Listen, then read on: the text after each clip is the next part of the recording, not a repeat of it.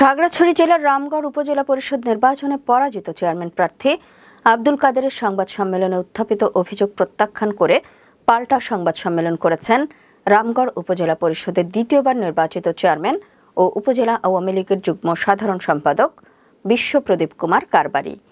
১৪ মে মঙ্গলবার সকাল ১০টায় খাগড়াছড়ি প্রেস ক্লাবে আয়োজিত সংবাদ সম্মেলনে নবনির্বাচিত রামগড় উপজেলা চেয়ারম্যান বিশ্বপ্রদীপ কুমার কারবারি দাবি করেন, গত ৮ মে অবাধ, সুষ্ঠু, নিরপেক্ষ এবং উৎসবমুখর পরিবেশে অনুষ্ঠিত নির্বাচনে তিনি বিপুল ভোটে দ্বিতীয়বারের মতো রামগড় উপজেলা চেয়ারম্যান নির্বাচিত হয়েছেন।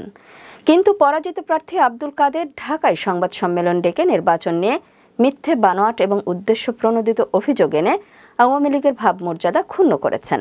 তিনি এই ষড়যন্ত্রের বিরুদ্ধে সাংগঠনিক ব্যবস্থা গ্রহণে আওয়ামী লীগের নেতৃবৃন্দের প্রতি জোর দাবি জানান।